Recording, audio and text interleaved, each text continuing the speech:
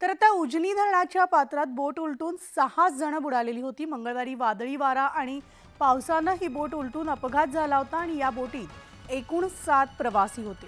यामधील एक प्रवासी पोहत किनाऱ्यावर आला। आज पुन्हा एनडीआरएफ कडून शोध मोहीम राबवण्यात येणार आहे। तर काल हाती घेतलेल्या शोध मोहिमेत बुडालेली लॉन्च जी आहे ती सापडली होती। घटनास्थळी 35 फूट पाण्याखाली एका खडकावर अडकलेली होती आणि तिथं चप्पल, पर्स, हेल्मेट इत्यादी गोष्टी सापडल्या।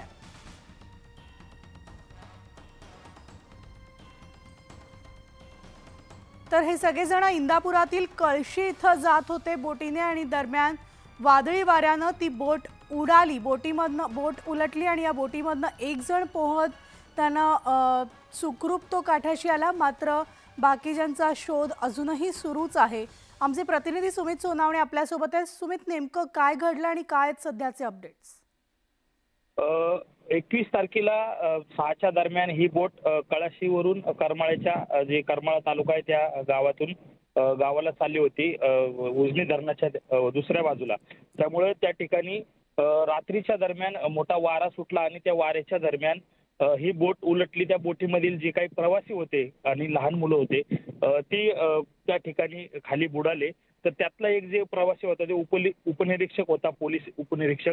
तो जो आहे त्यांनी पोहत बाहेर येत बाकीच्यांना सांगितलं की अशा पद्धतीने त्या ठिकाणी असं झालेलं आहे आणि तिथून पुढे मग प्रशासनाने शोध मोहीम सुरू केली होती। मात्र कालपर्यंत ही शोध मोहीम सुरू होती। मात्र तिथून काल वारा आणि वादळ असल्यामुळे तिथं रात्रीच्या दरम्यान शोध मोहीम करता येत नव्हती। मात्र आज सकाळपासूनच शोध मोहिमेला आता सुरुवात होणार आहे।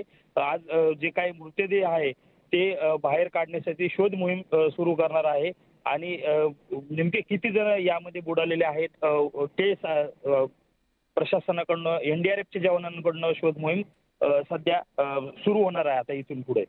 धन्यवाद सुमित या सविस्तर अपडेटसाठी।